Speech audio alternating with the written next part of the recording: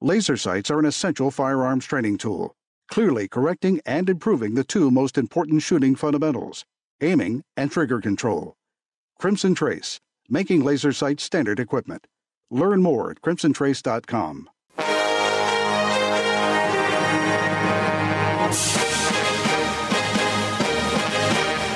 He rode out of Louisiana territory, and with his gun slung low and his microphone held high, he brought truth to a savage land. And the legend grew. Tom Gresham's Gun Talk. Yeehaw, partner. Tom Gresham here. It's called Gun Talk, where we talk about guns for the next couple of hours, and you can join us. It's really easy. Just give us a call, 866-TALK-GUN, or call me at Tom Talk Gun. If you like guns, this is your place. If you hate guns, this is probably even more so your place. I'd like to know. I never quite get it when people say, I hate guns. Really?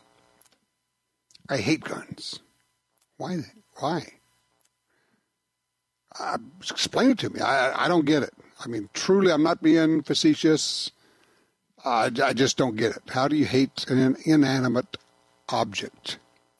But if you hate guns, call me. Let me know why. I'll give you the floor. 866-TALK-GUN. We talk a lot about training. Training is different from practice. Okay, understand that. Or certainly different from just recreational shooting. And it takes a commitment to train. It's like if you are an exercise person, it takes a commitment to get up in the morning and do your exercises. Okay, it's different from just going out for a stroll. And if you are serious about self-protection for yourself, for your family, if you're serious about carrying a gun, if you're a concealed carry person, then you, at least in my mind, I think it is incumbent upon you to make a commitment to do the work, to do what it takes, to get better, to be competent, and to challenge yourself. And sometimes that means, okay, are there other ways of doing things? And sometimes there are cool ways of doing things that you don't even know about. And we'll talk about that right now. Mike Hughes joins us from Next Level Training, the makers of SIRT pistol. Hey, Mike, how are you, sir? Hey, Mr. Gresham, how are you? I'm good. By the way, I'm Tom, okay? All right, so SIRT is S-I-R-T. What is a SIRT training pistol? Well, it came about a few years ago. Just made it for myself. It's shot indicating resetting trigger. So that acronym kind of has a little bit of meaning behind those kind of the key attributes. Sure. So it's essentially, I mean, just what it is. It's painfully simple. Okay. It emulates functional features of some live fire pistols, but just really dedicated for high volume self-diagnostic training. Pull the trigger, you see a laser right where you have hit. So that is it in a nutshell. Okay, so it's not a continuous, for people to understand, because they haven't seen it, it's not a continuous laser. You actually use the iron sights, if you will, the open sights on it, and when you press the trigger, it goes click, but when it goes click, it emits a laser, and you get to see the dot on wherever the gun was pointed. It may not be what you're aiming at, but it's where the gun was pointed. That is it in a nutshell, functionally. Absolutely. In that laser impact, too, I mean, it tells a bit of a story. I mean, a bullet hole is that moment in time. When you're training at home, you see an awful dash sweeping in an 8 o'clock low left direction if you're right-handed. That illuminates some deficiencies to give you a little bit more feedback on your quality of movement. Exactly. To your point, if you see one little dot, it means you probably had a good trigger press. If you see a slash of light across wherever it is you're aiming at, then the gun was moving as you pressed the trigger, and you need some work. That's exactly it. That's exactly it in a nutshell. It's really, really the origins of that, Tom, is to take every rep and make it diagnostic, like we say, and it's, and it's no more intuitive or no more thoughtful or advanced than a basketball hoop. That you bring it to your home, you get a lot of reps in, you see if you missed or not, but just shooting on a brick wall, with a basketball doesn't work. You don't get the feedback, and this is kind of the premise of it, and not to mention other attributes, just making the training convenient and doing a lot of things we can't do on the range. And of course, I self-centeredly didn't build this for the masses. I built it for myself. It just Well, I was going to ask you, how did this thing come about in the first place? Yeah, no, that's a good question. Let me take that time. I'll take a step back in a second. I played a little college football and like competitive venues and such, and those are the formative years in life and everything, and got misled and was life badly and went to law school and was a lawyer for patent attorney for 10 years. But you can recover from that, right? I'm recovering. I am recovering. Last 7 years been retired, so yeah. As a patent attorney, it's some exposure, of course, to entrepreneurialism and seeing what that was about. But moreover, as a competitive shooter, just love shooting all disciplines. I'm one of those weirdos that love bullseye. As I started out, but also love like speed steel and USPSA style shooting. I love IDPA too. We just didn't have it in our area, honestly. But anyways, and I just looked at it like from a sports perspective. I was never a first responder. I've been infatuated with military and first responder and looking at it as career options, but I've never done that just by way of football and law school, all that stuff. So, but I just love shooting. Always loved guns. Very passionate. But I guess I looked at it from a sports science perspective. Hey, look, I'm looking at this skill set of running around, decelerating, shooting, speed and accuracy. I look at some guys like Miklik who are doing this in later age. Like this is something I can get into. I don't do golf or racquetball. This is the real deal. I just couldn't believe I never was exposed to it before. And anyways, I got to making a short story long, but I just had to build my own tool for high volume self-diagnostic training. And there was ironically nothing on the market. It wasn't airsoft has its place, but the green gas ran out. Yeah, this is a different deal. Now, I'm looking here on the website, and it's nextleveltraining.com. This comes in Glock and in Smith & Wesson M&P clones, if you will. Yeah. But these are not cheap. These are actual tools, and I know a number of serious trainers who all have SIRT pistols, and they use them for training, but also for practice. Give us an example of who uses it and what do they do with a SIRT pistol. Yeah, no, you bet. Several different market segments. We'll split up like that between instructors. We used to say NRA instructors, but generally open enrollment instructors, law enforcement, of course. And within all there's a few areas of use, and one is just get reps, practical reps in a classroom, where a lot of the manipulation skills and just intertwining safety with the proficiency. I mean, we can talk trigger control and grip establishment, some sight alignment, do a lot of drills, but when you get in their hands, you really see muzzle awareness, trigger finger discipline, and I've never had a class where I didn't correct someone on that somewhere along the way, But then from there, I mean, our deal is really that high volume training like this. Like I have several SIRTs around my house. I just pick it up and get reps. So it's uncalibrated reps. So you got the training side, it's the hardcore training, then more of a lifestyle of training where you can't really keep your you can't keep your live fire gun just lying around, so to speak. Yeah, generally, right. But the SIRT pistol it's always there, and like you said, it's functional features of live fire tools, and so it's. Do you have reports or testimonials about how this helps and how you can benefit from a SIRT pistol? Actually, we're looking at a formal study right now through UNLV, like on that, an actual like true to the word, control group study. I was just down there this summer with Dr. Schilling on that on request of one of the not on request of an agency. So, anyways, but I mean to answer your questions, we have a litany of anecdotes of particularly say an officer doesn't pass quals, they get a SIRT. They train through the weekend. They got to have training. They got to have the upfront training, grip establishment, and all that, right? You got to know what you're doing, but then you work with it. Yeah. Yeah, exactly. Just like shooting a basketball, you got to have balance, elbow, eyes, fall. All that, right? Otherwise, you're using bad mechanics. But and then they come back and pass, strongly, their qualifications. And I don't just want to emphasize quals because to me that's like passing freshman English. I mean, that's just a 101 thing, right? I mean. There's something I want to throw in here, Mike, and I think it may be the part that you haven't mentioned that to me is the most important of the reason to get a SIRT pistol, and that is the safety aspect. I cannot tell you, and you know the stories, how many negligent discharges have been made with so-called unloaded guns when people are practicing shooting their TVs, shooting their refrigerators, shooting bookshelves, shooting walls, and sometimes, unfortunately, shooting other people with guns that they swore were unloaded.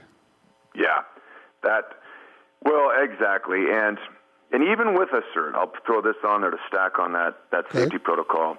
I always suggest to try to pick the best ballistic wall to train with a SIRT as that extra layer of caution, in case somehow in a parallel universe a live fire gun, which should not even be in your training area, got into the mix. Right. And let me say a practical tip for your listeners there. I mean, make sure when your buddy comes, your guy, gal, whoever, your buddy comes in your training area and they're carrying live fire, they don't go on autopilot and draw with you. You know what I mean? Well, so that's just and somebody comes into your training area, they disarm and they leave it outside of the training area. They're not in the room. When you're doing this kind of training, there's no live ammo, there's no live gun, there's nothing in the room with you.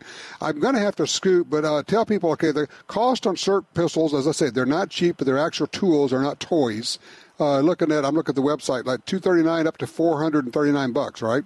Yeah, and there's discount codes and stuff. I definitely would people encourage to shirt, but it's about $200 for a performer model. Okay. Yes, red laser, polymer slide, and then if you want metal and green laser, go to the pro model. You go on up the price scale. All right, go check it out. It's nextleveltraining.com. Mike Hughes, thank you so much. I appreciate you telling us the story. Oh, absolutely, Tom.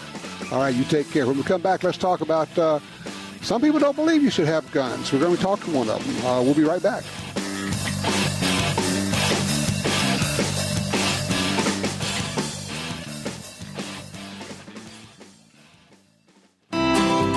Are you looking for a place to shoot?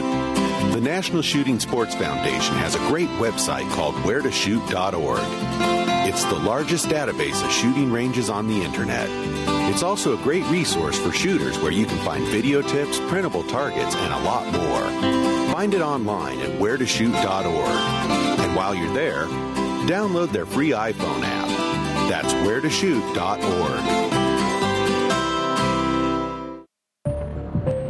You got your carry permit, and that's good.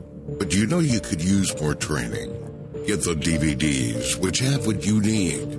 Springfield Armory presents Concealed Carry 1 and Concealed Carry 2 with Bata Group. Learn specific concealed carry skills from Top Gun fighting trainers. Get trained. Be prepared. This really is life and death. ShopGunTalk.com. That's ShopGunTalk.com. Built to perform in the harshest conditions, the Ruger American pistol can take it all, from ice to dust and everything in between. The Ruger American pistol features a short take-up trigger, Novak sights, and a recoil-reducing barrel cam with low-mass slide for reduced felt recoil. Plus, a modular grip system with 3 sizes to fit almost any hand. Check it out at Ruger.com. The Ruger American pistol, because anything else would be un-American. Hi, this is Tom Gresham from Gun Talk. America is losing critical wildlife habitat at a rate of 1 football field every hour. It's happening on the Louisiana coast, but it's critical to all sportsmen and conservationists. These precious wetlands provide winter habitat for more than 10 million ducks and geese annually, waterfowl that migrate north through dozens of states. Don't shrug it off. Get involved. You can help. Visit vanishingparadise.org. Now at LibertySafe.com, you can buy a Liberty Safe at a great price and receive 12 months interest-free payments with 0 down and 0% APR, with some safes as low as $20 a month on approved credit. Peace of mind, lifetime warranty, and in-home delivery service. Go to LibertySafe.com now for 12 months interest-free payments with 0 down and 0% APR. LibertySafe.com.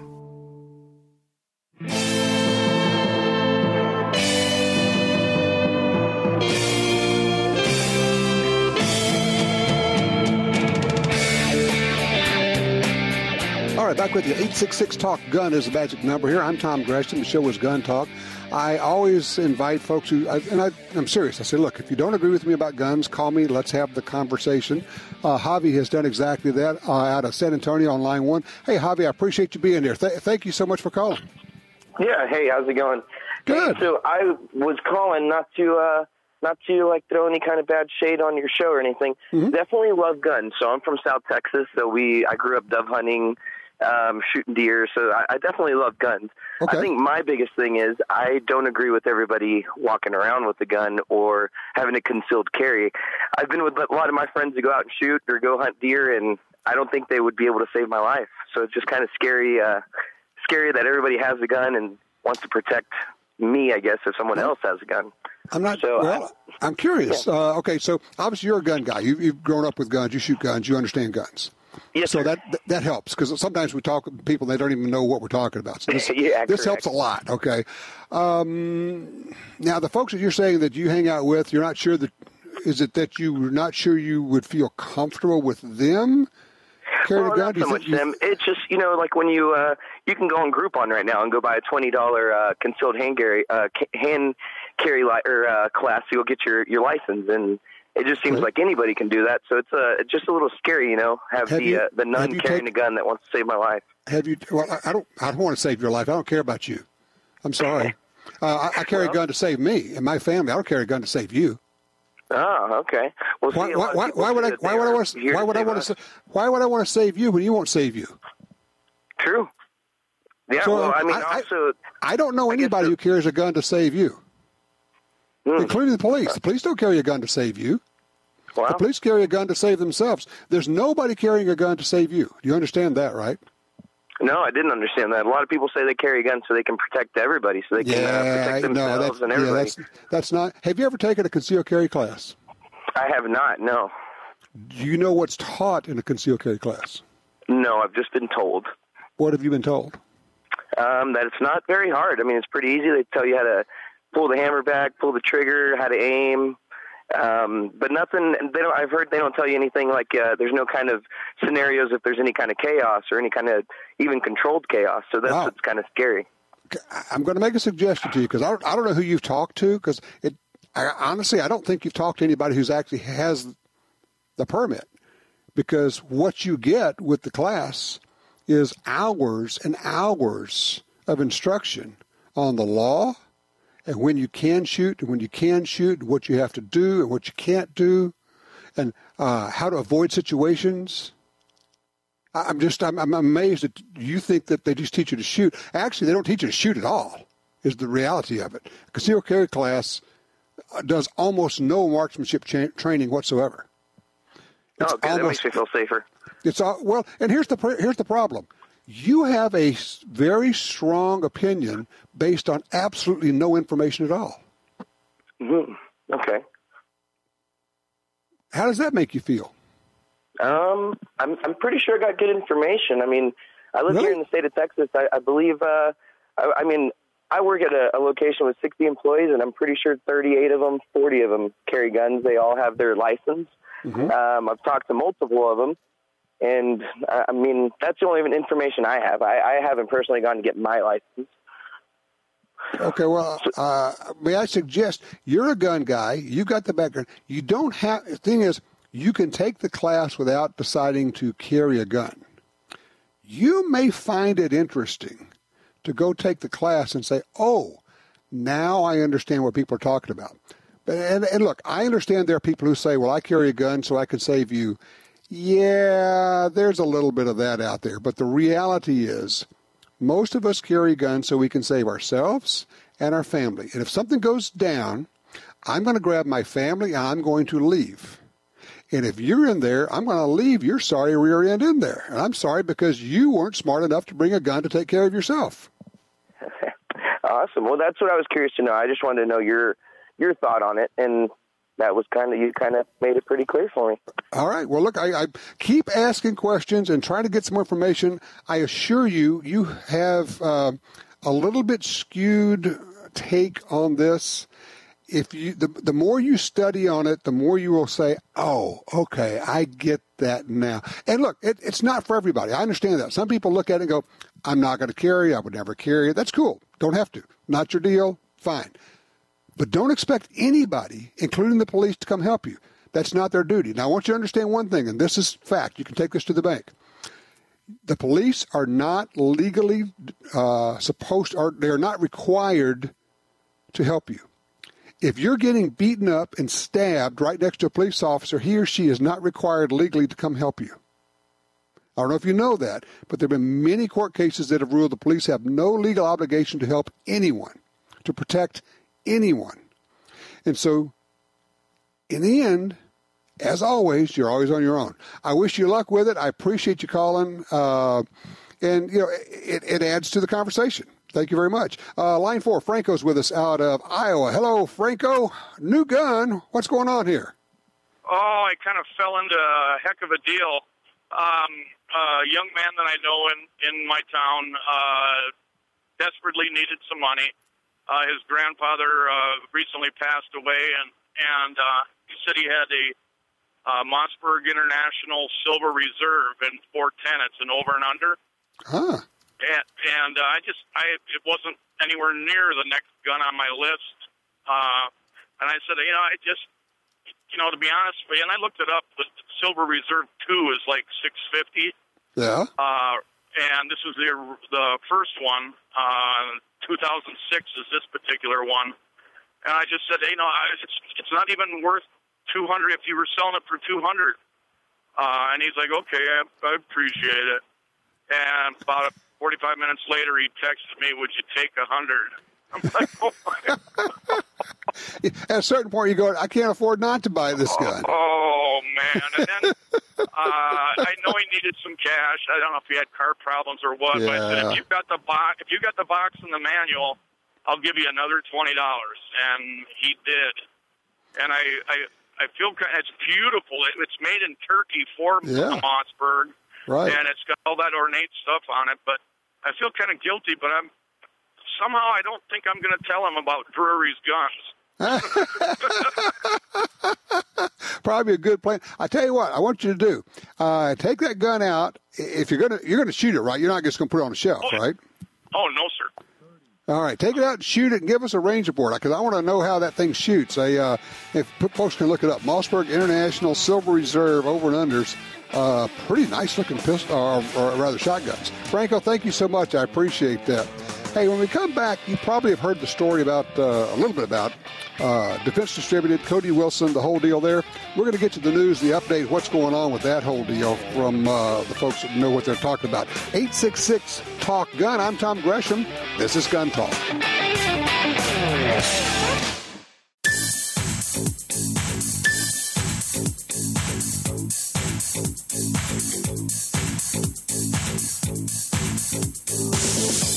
Honey, does this holster make me look fat? The right answers to the tough questions on Tom Gresham's Gun Talk.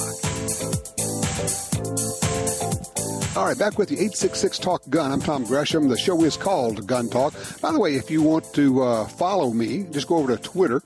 I put out an awful lot of tweets, and they're not like, what did I have for breakfast? They're news stories, things that you want to know about. If you want to be more informed, you will follow me on Twitter, where I am at Gun Talk. Also, check out our Gun Dealio app on your smartphone. You just load it up. It's free. You can put it on Androids as well as iPhones, called Gun Dealio.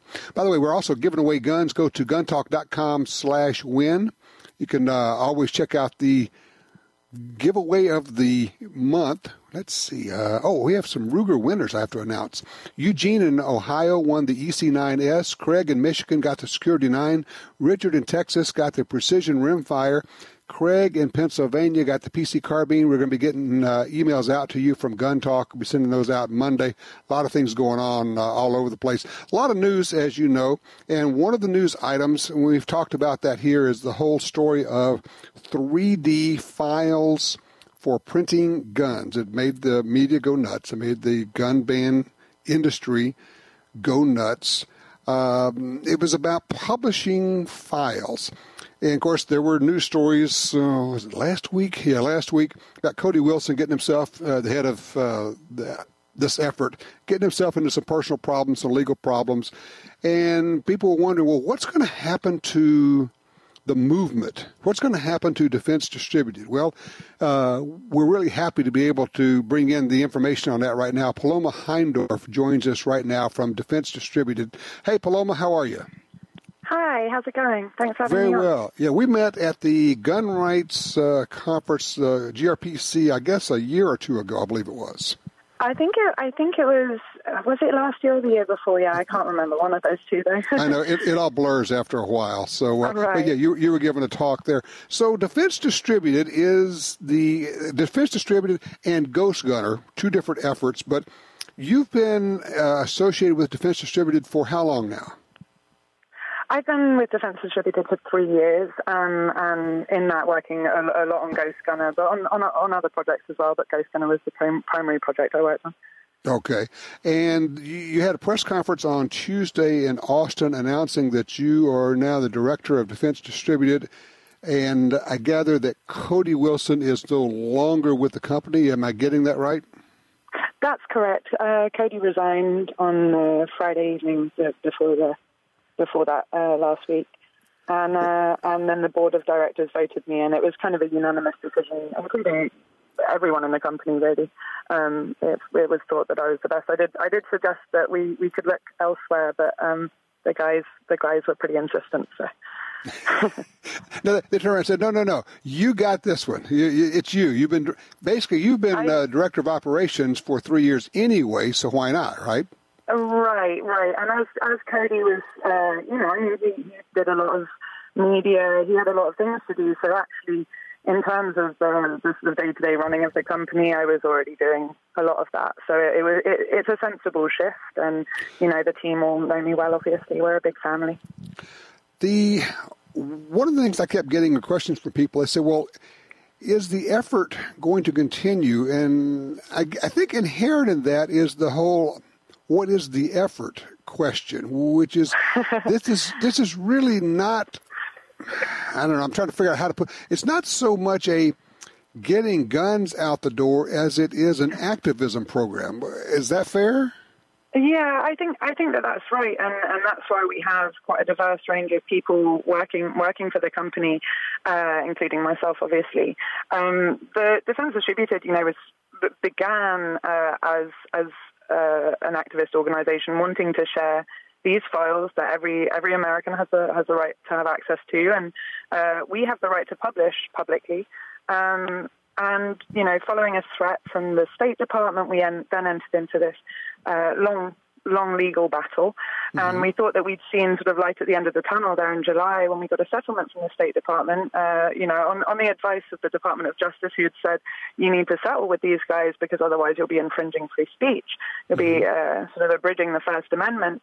And so we thought that was the light at the end of the tunnel, but then we had all of these attacks come back on us. Anyway, right there at the beginning of the project, when we entered into that legal situation, we then founded Ghost Gunner as well, which is this machine, desktop CNC machine that helps you finish out your 80% lower receivers and frames. So that's kind of been our business kind of powering our other efforts. So in terms of the effort as an organization as a whole, I think it is really to push the boundaries of what we're legally allowed to do and ensure that those sort of fringe rights that are maybe not they're being attacked right now, and that those attacks aren't noticed.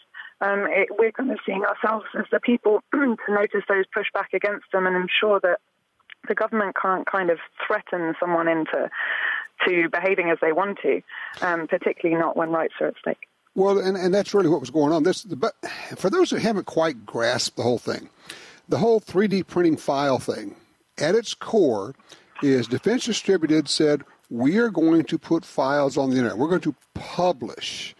And the State Department said, no, you can't publish these files.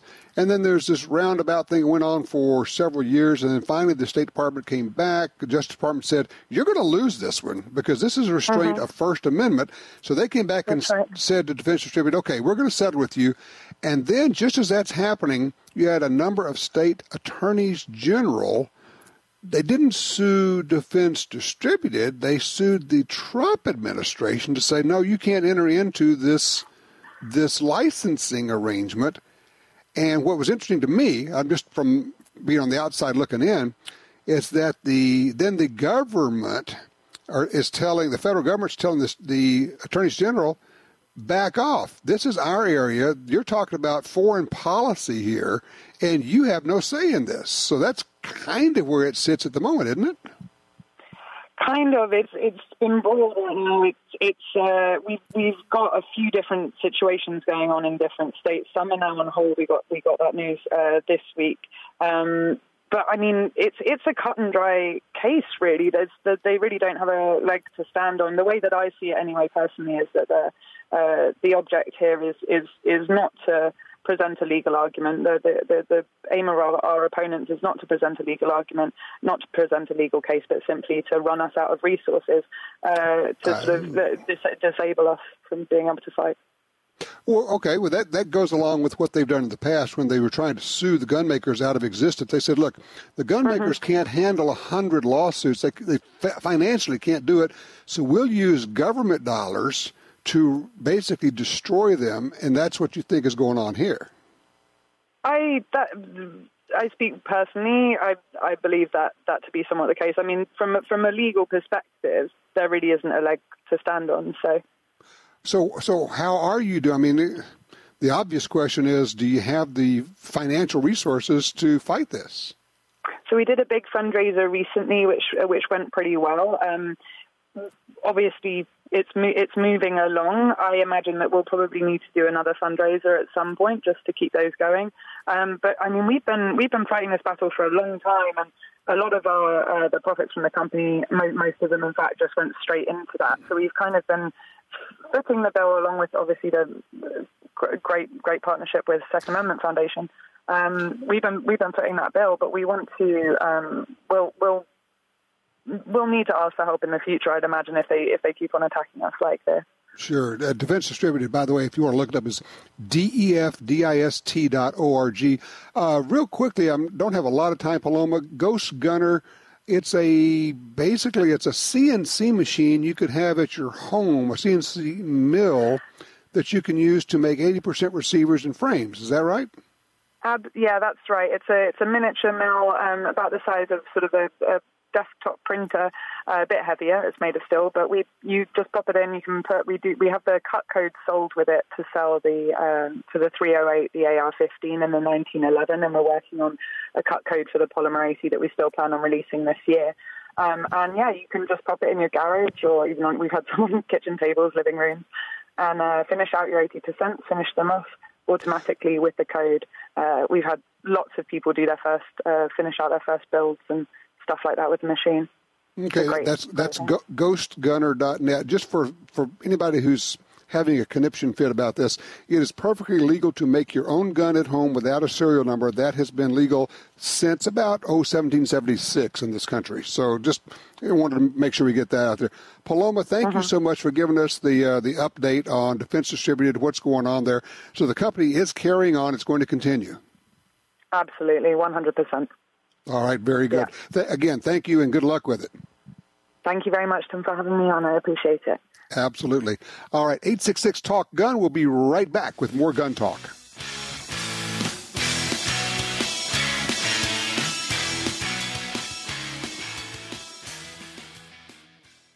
Brownells has gone retro. Check out Brownells' new line of retro AR-15 and AR-style 308 rifles at brownells.com/retro. Whether you're looking for Eugene Stoner's original 308 design, the famous M16A1, Air Force 601, or the XM177 carbine, Brownells has the classic, new production, old-school rifle of your dreams. Own the firearm you used in basic training, carried in service, or that Grandpa always talks about. See more at brownells.com/retro. Perhaps more than any other landscape, wetlands embody the life-giving abundance that nature has to offer.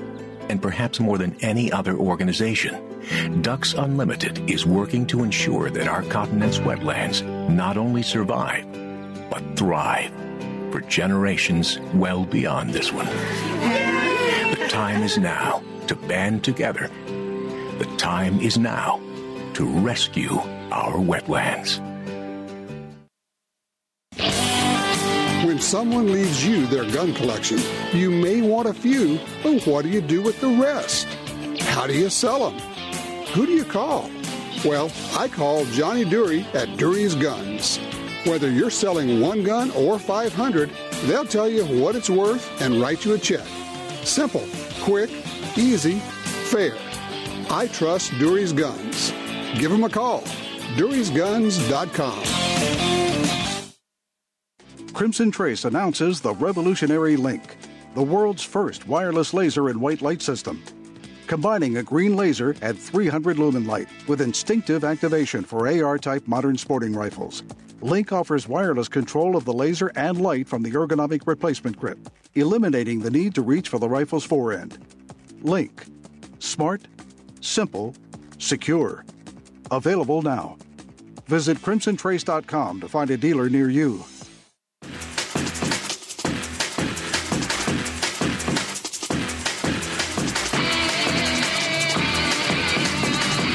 All right, if you've been to the range, you've been doing some shooting, we'd love to get that range report. What did you take out to the range? Doesn't have to be anything special at this point. What are you shooting and why? Oh, and I can give you a little bit of a range report. I can give you some. I can tell you some of the things we shot. There are some new things coming out that looking at the okay. It won't be very long. Some cool stuff. Okay, I just going to tell you, it's cool stuff. When I went out and shot my .357 Magnum, shot some wad cutter loads in it. God, that's fun. Just little bitty poof loads, not much to them. Just, you know, if you carry it, you need to shoot it. Simple as that. If you carry it, you need to shoot it. Let's go to line one. Rob's with us out of Bandon, Oregon. Hey, Rob, you made it on to Gun Talk. Thank you for your patience, sir. Oh, not a problem. I enjoyed it. My name is Rob Taylor, and I belong to a group called the Committee to Preserve the Second Amendment. Okay. I live here in Oregon, and as you know, we're a one-party rule state where the Democrats control all the offices. And so we're having a lot of problems with them passing really bad gun laws. In fact, they just had an initiative to ban most of the weapons that most Oregonians own here in our state.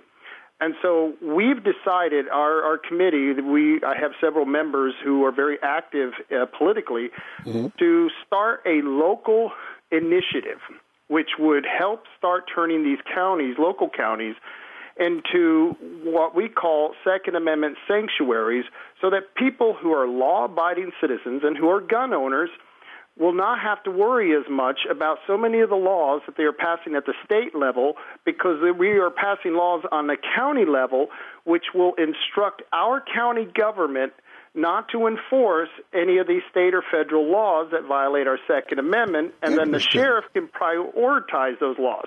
Right. Now, isn't that's been done or is being done currently right now in Illinois, right?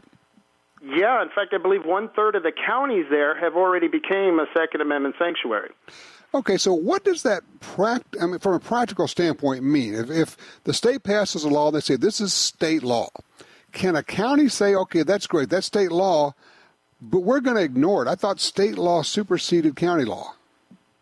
Well, it does supersede county law. However, there is a principle in the law called the anti-commandeering principle, and this is what the groups who are promoting these illegal alien sanctuary counties have used and utilized so that those county governments do not have to enforce immigration laws. And wait. This is starting to get really tasty because okay. I see what you're doing. You're basically using what the left is doing on the immigration with sanctuary cities and saying, well, if you can say we can ignore the law with this, then we're going to say we can ignore the law on the gun laws. And the difference is, you're absolutely right, and the difference is that immigration is not a right, whereas the Second Amendment is a right designated in the Constitution. Hey, we're going to run out of time, Rob, but if people want to know more about this, do you have a website or a place they can go?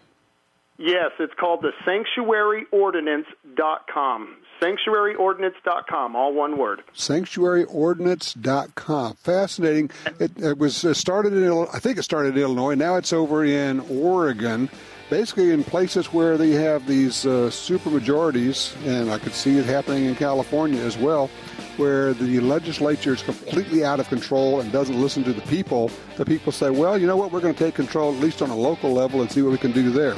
Fascinating. Well, what do you think? Is it a good idea, bad idea? Is there any value in these sanctuary counties? 866-TALK-GUN.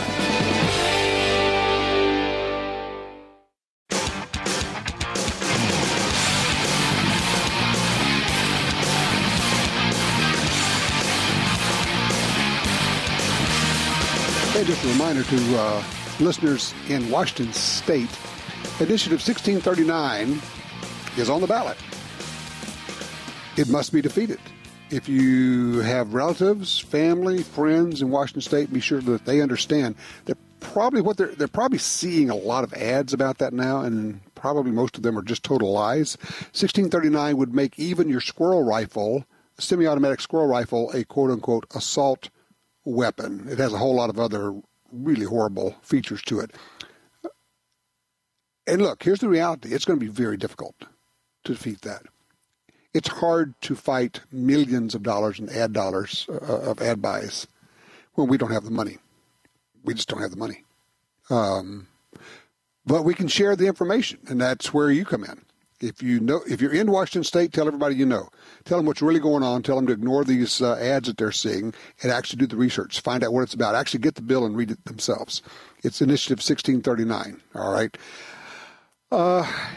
We'll come back after this break. I'll talk a little bit about my take on what's going on with the Dems right now, Democrats, and their effort. Look, we are just a little more than 30 days out on this midterm election. They're already saying that if they win control of the House, they're going to go after Trump's tax returns. They want to impeach him. They want to do all this other stuff. It's really an important election. And up until this past week, I'm not sure people on the right were really energized. I think perhaps that has changed. We'll talk a little bit about that. But let's talk to Ed on line 3 out of Medford, Oregon. Hello, Ed. You're on Gun Talk. Hello, Tom. Hey, I was kind of curious on these 3D printed guns. Mm-hmm. How many rounds can you fire in something like that? Are there single shot? Right now, I think the designs are for a single shot. Right now, 3D printing is primarily some type of plastic material, but right. there are 3D printing systems that will print metal. Oh. The other thing is, it's not just 3D printing. You got to understand, this fight is really about the publication of files. And can the government say you can't publish something? It's really more, I think it's more of a First Amendment issue than a second. Because the government is saying you cannot publish on the internet these blueprints. You cannot publish on the internet these design files. Well, it's perfectly legal to make your own gun. And with this ghost gunner system that these guys have, you can make a 1911. You can make an AR-15 out of metal with this system right there on your kitchen counter. And that is absolutely legal. The weird part is it's legal to make the gun, but they want to prohibit the distribution of the files. That's weird, don't you think? Yes, I agree. It is a matter of, information to the public.